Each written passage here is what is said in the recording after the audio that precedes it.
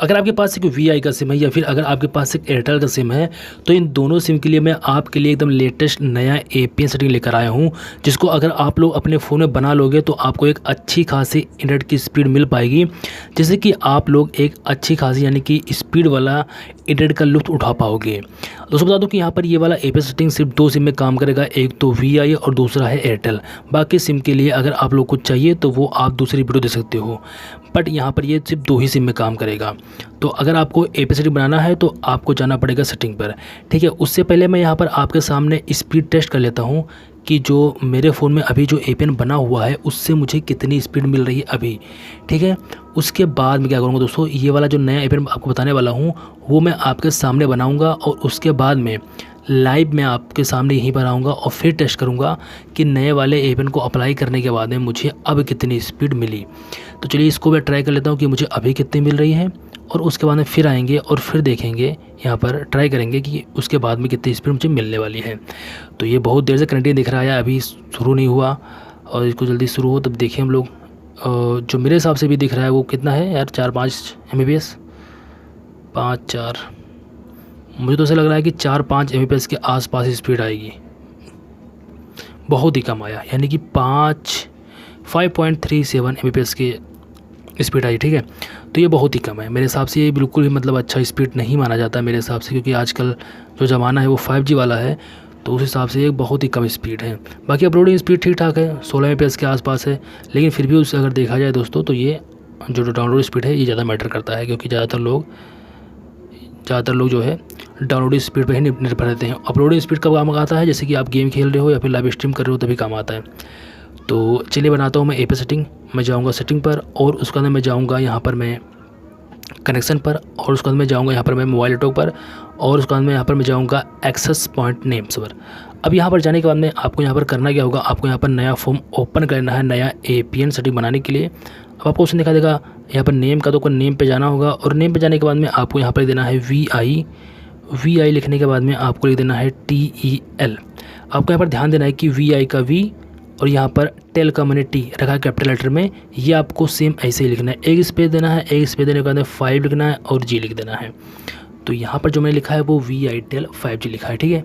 अब आपको ऑप्शन दिखा देगा एपीएन का, एपीएन के अंदर आपको जाना होगा और आपको यहाँ पर देना है AIR एयर लिखने के बाद में आपको VI लिख देना है, यानी कि एयर V लिखना है, और उसके बाद में लास्ट में आपको 5G लगा देना है। ये पूरा का पूरा आपको स्मॉल लेटर में लिखना है, आपको बिल्कुल भी कैपिटल लेटर का यूज़ नहीं करना है। अब आपको ऑप्शन दिखा देगा प्रोक्सी का छोड़ देना, आपको ऑप्शन दिखा देगा पोर्ट का, इसको भी छोड़ देना, आपको ऑप्शन दिखा देगा यूज़र नेम का। तो आपको यूज़र नेम पर जाना होगा, और यूज़र नेम पर जाने के बाद में आपको यहाँ पर लिख देना है यूज़र लिखने के बाद में आपको लिख देना है V, और उसके बाद में आपको यहाँ पर लिख देना है 521, ठीक है। आपको ध्यान से देखना, सेम आपको इसे लिखना है। अब आपको ऑप्शन दिखा देगा यहाँ पर पासवर्ड का छोड़ देना, आपको ऑप्शन दिखा देगा सर्वर का।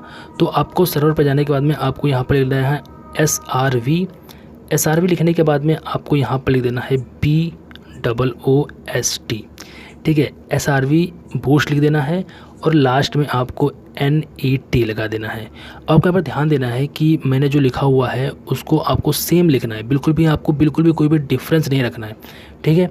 अब आपको ऑप्शन दिखा देगा यहाँ पर MSC का छोड़ देना, आपको ऑप्शन दिखा देगा मल्टीमीडिया मैसेज प्रोक्सी का, मल्टीमीडिया मैसेज पोर्ट का, MCC का, MSC का। तो इन सारे ऑप्शन को आपको छोड़ देना है, आपको जाना है सीधे ऑथेंटिकेशन टाइप में।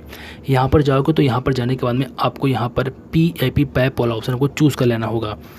अब आपको ऑप्शन दिखा देगा यहाँ पर एपीएन टाइप का छोड़ देना, आपको ऑप्शन दिखा देगा एपीएन प्रोटोकॉल का, तो यहाँ पर जाओ, और यहाँ पर जाने के बाद में आपको यहाँ पर IPv4 सिलेक्ट कर लेना होगा। अब आपको ऑप्शन दिखा देगा एपीएन रोमिंग प्रोटोकॉल का, ठीक है, तो इसको भी आपको छोड़ देना है। अब आपको ऑप्शन दिखा देगा बियरर का, तो आपको बियरर पे जाना होगा। जब आप लोग जाओगे यहाँ पर बियरर पर, तो आपको यहाँ पर ऊपर अनस्पेसिफाई पर टिक मार्क लगा रहेगा, इसको हटा दो, और उसके बाद में आपको बारी बारी करके जितने भी बियरर्स आपको दिख रहे होंगे सभी पे आपको टिक मार्क लगा देना है, किसी भी बियरर्स को आपको छोड़ना नहीं है, ठीक है। अब ऐसा करने के बाद में कर देना आपको ओके। अब ओके करने के बाद में आपको ऑप्शन दिखा देगा mobile virtual network operator type, तो इसको भी आपको छोड़ना और टच नहीं करना है। आपका जो एपीएन सेटिंग है ये हो चुका है तैयार से, कर लीजिएगा सेव। अब सेव करने के बाद में आपको इसी पे कर देना है एक्टिवेट, और एक्टिवेट करने के बाद में आपको अपने फ़ोन को एक बार स्विच ऑफ कर देना है, और उसके बाद में आपको स्विच ऑन कर देना है। लेकिन मुझे आपको यहाँ पर स्पीड प्रूफ दिखाना है, तो मैं स्विच ऑन नहीं करूँगा, क्योंकि मैं ऐसा करूँगा तो मेरा वीडियो जो है वो कट जाएगा, तो फिर मैं आपको लाइव प्रूफ नहीं दिखा पाऊँगा। तो इससे अच्छा है कि मैं डायरेक्ट बैक जाता हूँ और ऊकला स्पीड टेस्ट जो है ना ऐप, इसको मैं ओपन कर लेता हूँ आप ही के सामने। और इसको ओपन करने के बाद में आप ही के सामने, और यहाँ पर मैं गो पे, देखिए यहाँ पर गो पे क्लिक करूँगा और आपके सामने दिखाऊंगा कि मुझे अब कितनी स्पीड मिल रही है। तो यहाँ पर मैंने गो पे क्लिक कर दिया है और गो पे क्लिक करने के बाद में अब ये यहाँ पर देखिए कनेक्टिंग दिखा रहा था, और अब देखिए जो स्पीड जो मिल रही है मुझे, वो पहले के मुकाबले तो काफ़ी बढ़ी थी अभी एक अचानक से, लेकिन फिर से जो है थोड़ा कम हो गया, लेकिन फिर से बढ़ रहा है 16-17 Mbps। थोड़ा और बढ़ जाता तो सही रहता यार, इतना कम मुझे अच्छा नहीं लग रहा है। तो चलो कोई बात नहीं, मेरे हिसाब से 18 Mbps मिला है, ये कोई कम नहीं है। लेकिन बता दूं कि यहाँ पर मैंने अभी अपने फ़ोन को ना तो स्विच ऑफ किया ना तो स्विच ऑन किया है। लेकिन अगर आप लोग अपने फ़ोन को एक बार स्विच ऑफ अगर स्विच ऑन करोगे ना, तो इससे भी ज़्यादा स्पीड मिलेगा, पक्का बता रहा हूँ। अगर मैं अभी दोबारा ट्राई करता हूँ ना, तो मुझे इससे ज़्यादा स्पीड पक्का मिलेगा। लेकिन चलो कोई बात नहीं, जितना ही मिला है पहले के मुकाबले तो काफ़ी ज़्यादा है। बाकी आप लोग मुझे ज़रूर बताना कि आप लोग को ये वाला APS सेटिंग कैसा लगा, और आप लोग को ये वाला स्पीड कैसा लगा, मुझे ज़रूर बताना। चलिए मिलता हूँ मैं आपको नेक्स्ट वीडियो तक के लिए। धन्यवाद दोस्तों।